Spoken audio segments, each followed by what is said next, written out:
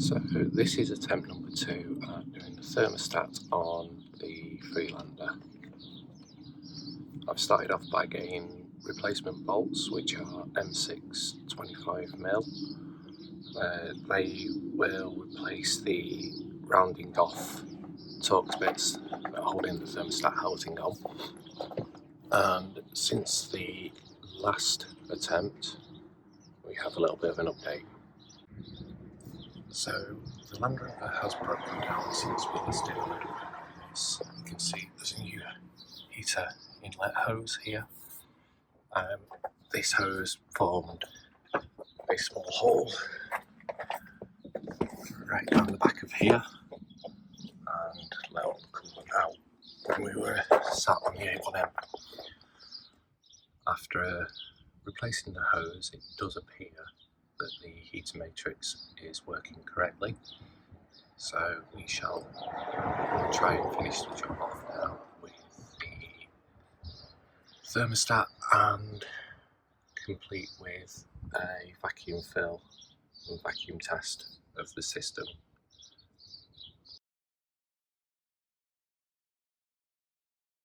So the first thing we need to do, once again, is drain the cooling system.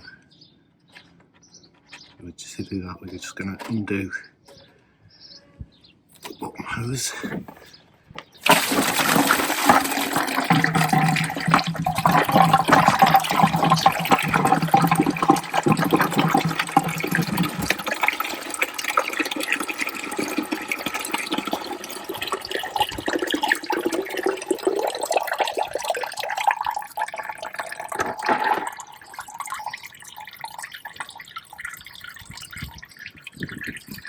See, this has now been replaced with a hex head rather than the Torx, which should make it a little bit easier.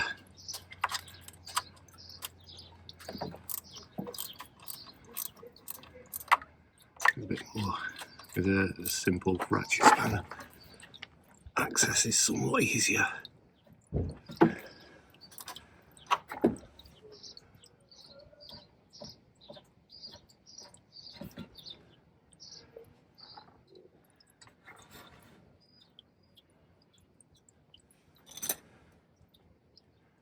So the plan is to replace all 3 bolts with hex heads. And that way, should the thermostat fail again in future, it's easier to replace, in theory.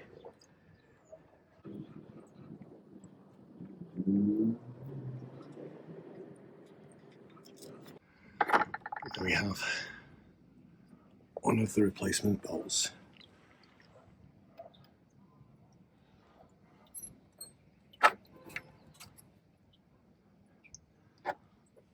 So the other thing I picked up are these little Torx clunky bits, because up at the very top here there's a block, part of the engine block, that gets in the way and makes it incredibly difficult to get a ratcheted Torx bit on. So I'm hopeful that doing it this way will make life a bit easier. This is the oil return feed from the alternator, which I'm hoping if I move that, it can give a bit more access to this lower bolt, and fingers crossed it should be a bit easier to do. It's only a spring clip that holds it in place, so I shall sort that out.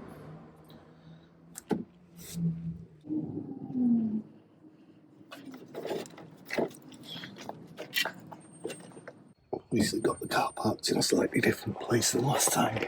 It's not quite as comfortable to work. Okay, so you can see I've managed to get this lower one to undo using the ratchet. I didn't have to take the ball return off, I've not had to yet.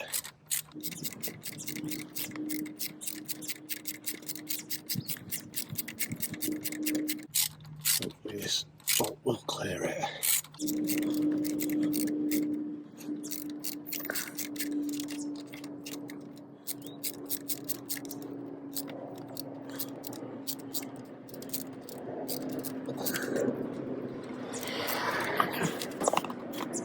You can see all the tiger seals on the thread there, where this is being held in by tiger seal. The top one isn't gone up very tight at all.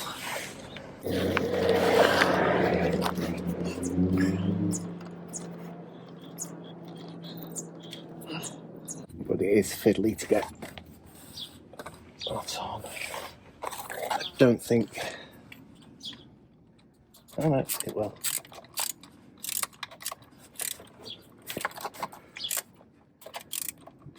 Not very well.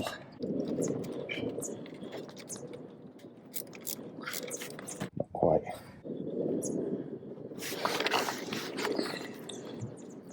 I imagine this is one of those jobs that would be a lot easier with more clearance on a ramp.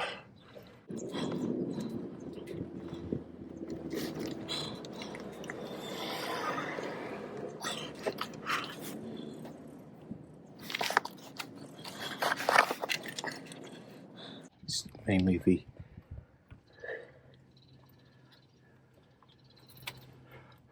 working angles that are the problem with this top one.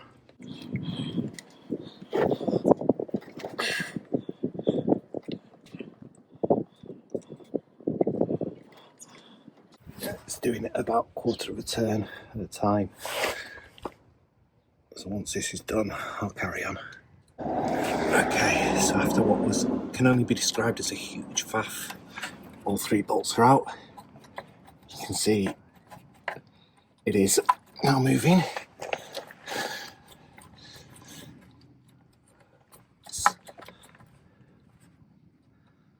There is something there, other than a lot of sticker flex.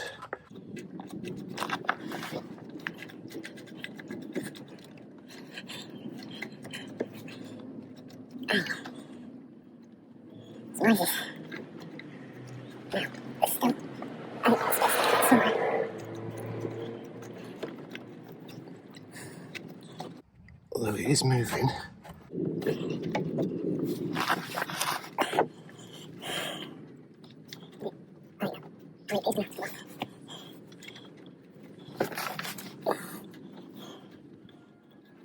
Yeah, the oil return feed is going to have to come off. Which one? I'll do it in the sun bend. I've had this off before for changing the alternator. Car back on the road.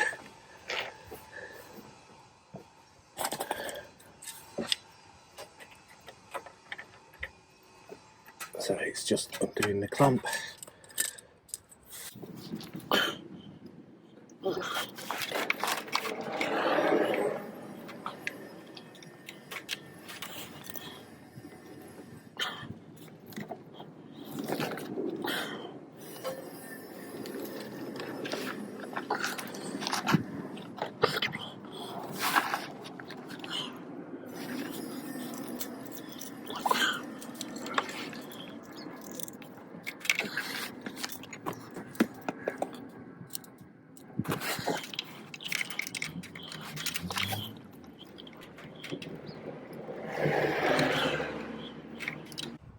There we go.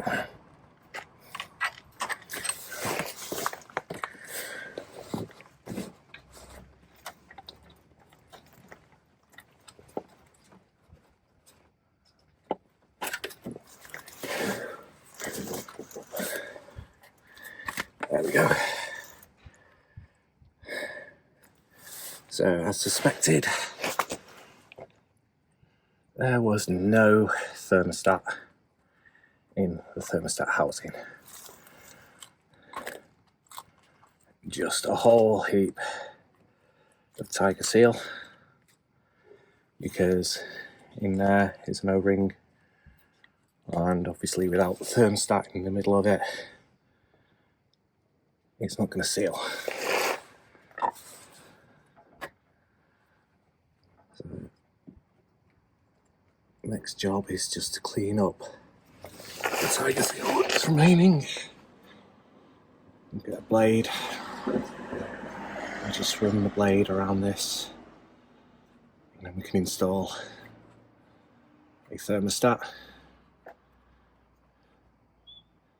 and that hopefully will be the last of the problems. We can begin pressure testing or vacuum testing and vacuum filling the system. So shall go and find a blade, I think. Okay, so thermostat housing off, cleaned up. The sticker flex is now removed. You can see we have a new washer or new O-ring, and the thermostat from both bit apart.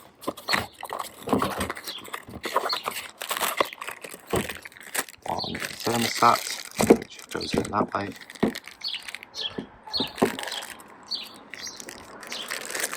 Sits in the engine that way. The O-ring sits on the outside. So let's try and get this fitted. Right.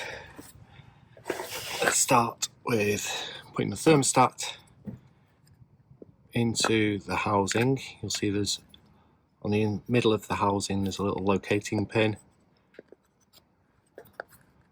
And when you push the thermostat down, it forms a seal at the bottom base there. I'm going to put the rubber O-ring on the outside.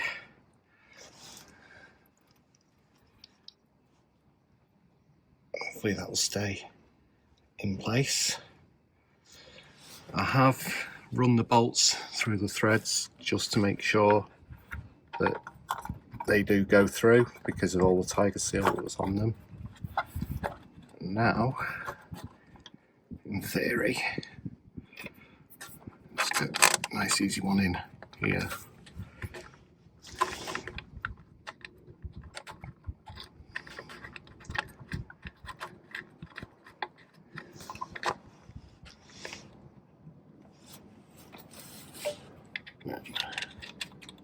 This one.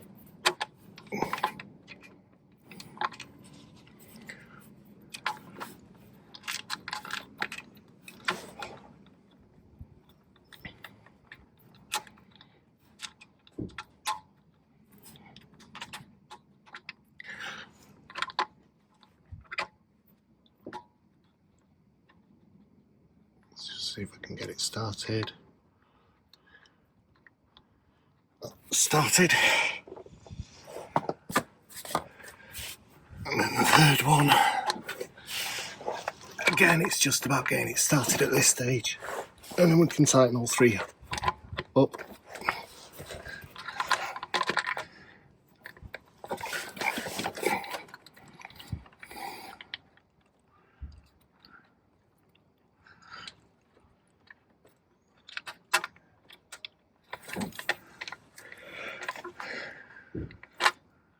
You need to contort your hands a little bit just to get on the threads, on the bolts.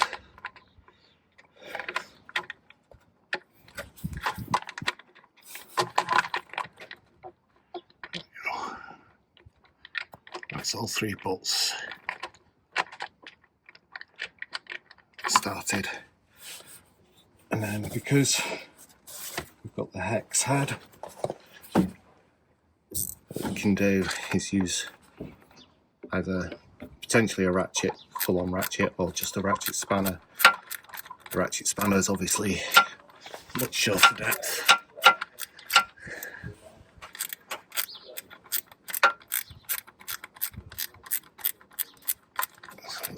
one.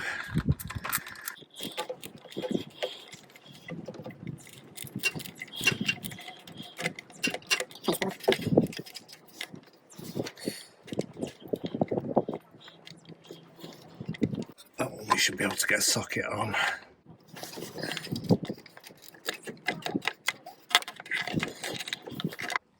The difference being this top one.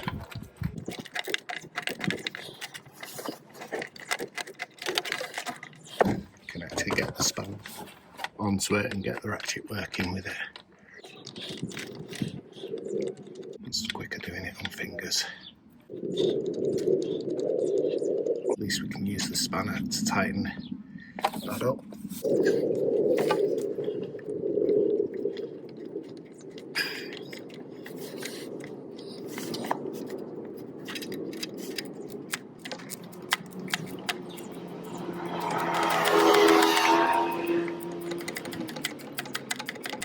You never realise how far these screws bolts go in.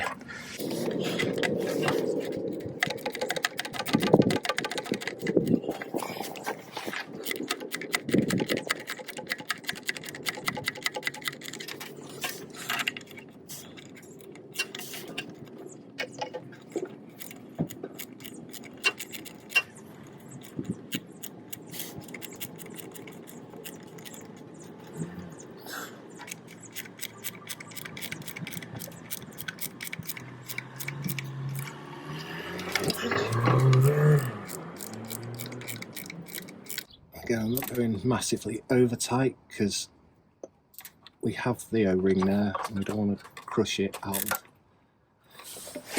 of existence.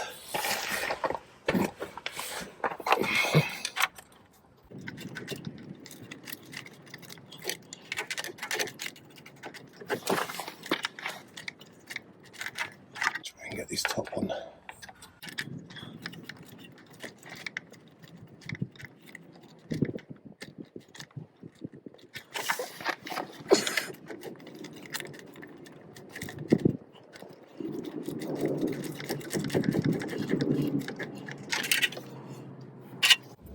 It's this little cable, not sure where that's running to, but that is, it's just getting in the way of the spanner ever so slightly.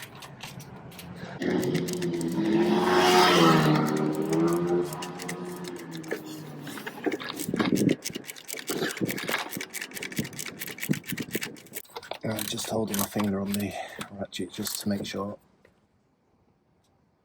allow the ratchet to actually ratchet.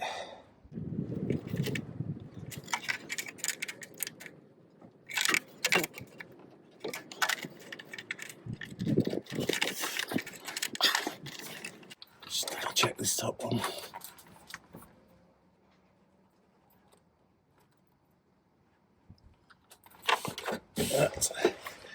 Is that all done? We can reattach the lower hose.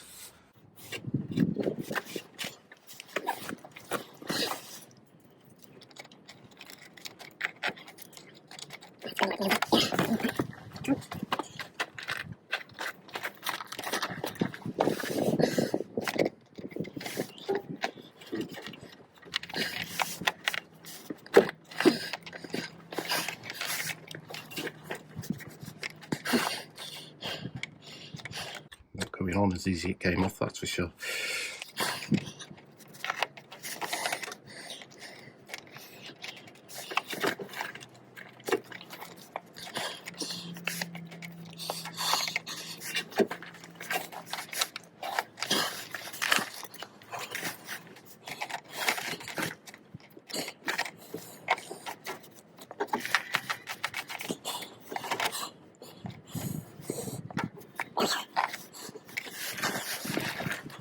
So tight and secure. And the last one today is the oil return.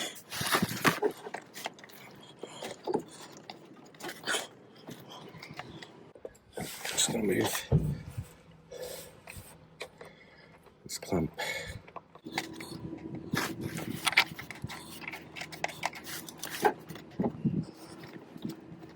Push that on.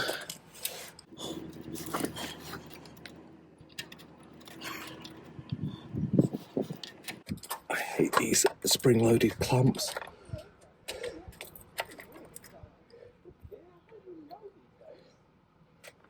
There we go. All rebuilt. So what we have here is a nifty device for vacuum filling cooling systems. You have this bit which sits on the expansion tank. This bit which you plug in there and plug into an airline there, and as air passes through there it sucks it out of the cooling system. This kit comes with 3 expansion rings, so you've got small, medium and large. Currently got the medium fitted, and then when we've tested for a vacuum, if everything's good, we disconnect this, connecting the hose in its place, dump that bit into the coolant, and as the air releases back in, then it should, in theory, fill it up without any air leaks. So let's have a go at this. So it's a quick release system, so we can just pull the lever back, and there we go, that's connected. Slacken that off, put it in there, screw it in nice and tight, because obviously you want this airtight. We connect our compressor, and then I'll go and turn it on. Wow, okay, so that was quick. You can see we have vacuum just about 0.7, so the idea is let's see if it'll stay there. If it will, be confident that we can fill this up with coolant. Okay, so this has been in place now for a little bit. I've refilled it twice and you can see it's not holding vacuum. I've sprayed all the hoses to try and see if I can find any air bubbles with soapy water. Cannot see any evidence. Down on any hoses you can see they're all collapsed with the vacuum there.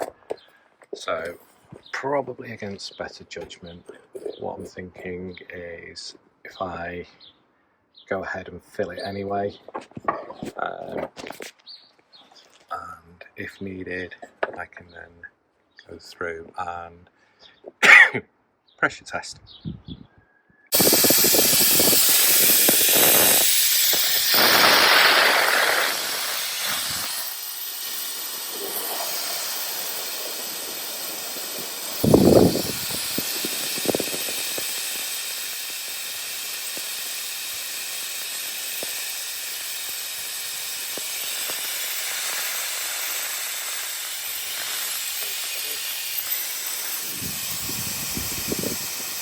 So with the compressor off, we pop the little airline adapter off,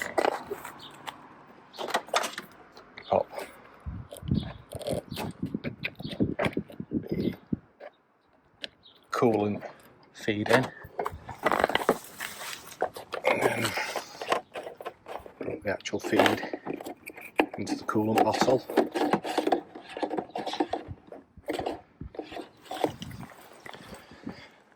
And then in theory, if we open up this valve, it should start filling with coolant. You can see the coolant shot in. Just going to lift this up. Make sure the hose goes to the bottom. Just going to close it off for a second and let the system settle down.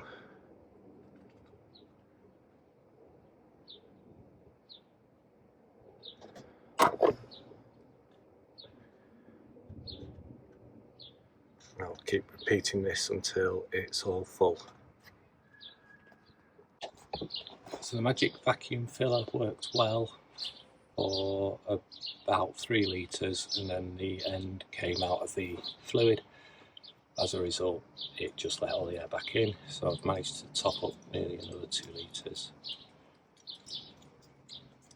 everything seems fine at the moment. I have bled the screw there, so I'm going to give it a start up and keep it topped up and make sure it comes up to temperature. Just while it comes up to temperature, one thing I did notice is the fans are working on 1 and 2, back to 3.